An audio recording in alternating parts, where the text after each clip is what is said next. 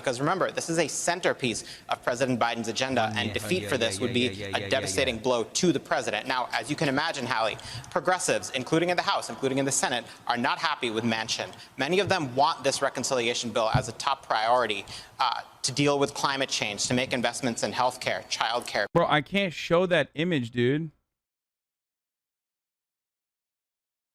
I can't show that image that you sent me, basket case. That shit is like, there's like literal fucking paid leave, and they're threatening to sink the infrastructure bill that Joe Manchin helped write that passed the Senate. It's sitting in the House right now. It still needs to get a vote in the House. They're threatening to sink that if Manchin... He literally told me to donate $500 to a food bank instead of 100 gifted subs for his birthday. Oh yeah, that's right. It was Spicy Lemur 21.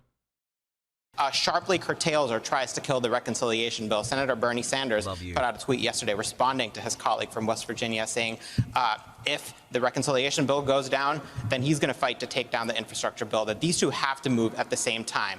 That is a standoff right now. That is where these two sides are kind of at odds, and some of this tension is natural. These two wings want to be opposed to each other, the centrists and the progressives. Ultimately, they need each other to get their priorities into law, and that's where this is going to be a messy process.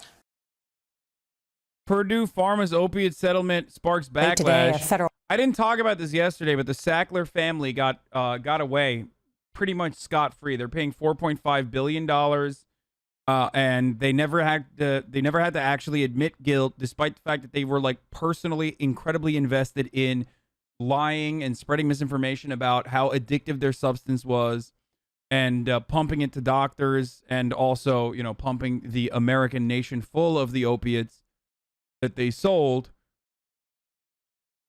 Okay. Thank you, Spicy Lemur 21 for the 10 gifted subs. You seem to get angry at the Democratic Party for never pushing anything, but they seem to be just a controlled opposition party rather than an actual challenge to conservatives.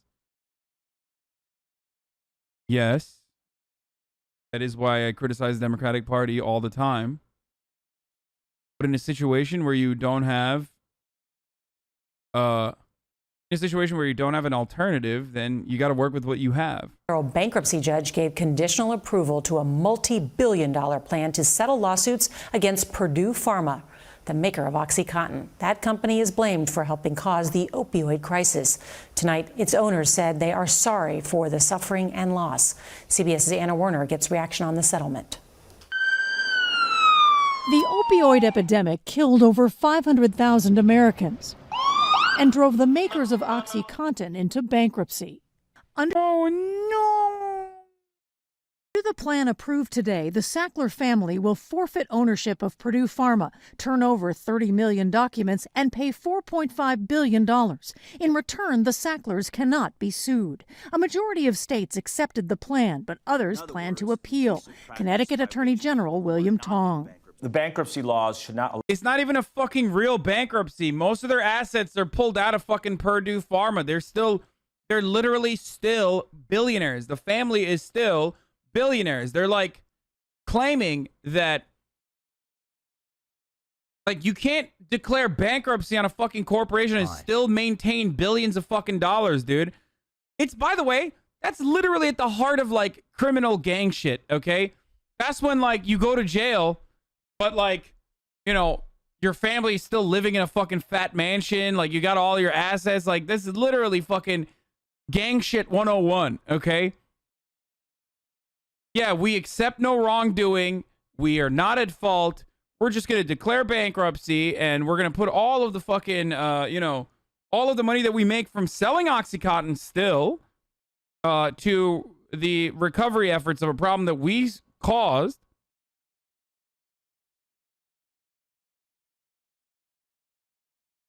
Allow the rich and the powerful like the Sacklers to avoid liability for their misconduct when they're not bankrupt. I think it's terrible. The settlement outrages Tony LaGreca of Massachusetts. He blames the Sackler family for his 41-year-old son's death. They are mass murderers. It's a strong term, mass murderers. Well... Shut up, dude. Shut the fuck up. It's a strong term, and it's fucking totally reasonable to say. God damn, dude. Liberals and their fucking... drug dealers killed 500,000 people. Matthew LaGreca got hooked on OxyContin after a football injury at age 22. A 20-year opioid addiction ended in a methadone overdose in 2014. And when his birthday comes, it's like getting stabbed every time. Under the agreement, families like his would get payments ranging from $3,500 to $48,000. Tonight, Is wrong, but I don't feel bad about the opioid epidemic. This country was happy to watch black folk die from crack in the 80s. Yeah, no. Well, notoriously, no black people die from heroin overdoses, so they're not impacted by the opioid epidemic. So it's great that you don't feel bad about it then. Like, it was fucking horrifying and wrong when that happened, and it's still happening, and it's horrifying and wrong right now as well for this. It's a Dave Chappelle edgelord take. That's what that is. Purdue Pharma said the plan is fair and in the public interest. Sackler family members said while they dispute allegations about their family, we are truly sorry for the suffering and loss people have experienced. So what does that say to you? It says to me they could care less.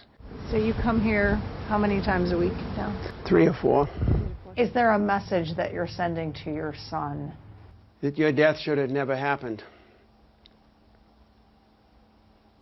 And I'm sorry I didn't do what I could do, but I can do what I can do now. Anna Werner, CBS News, Duxbury, Massachusetts.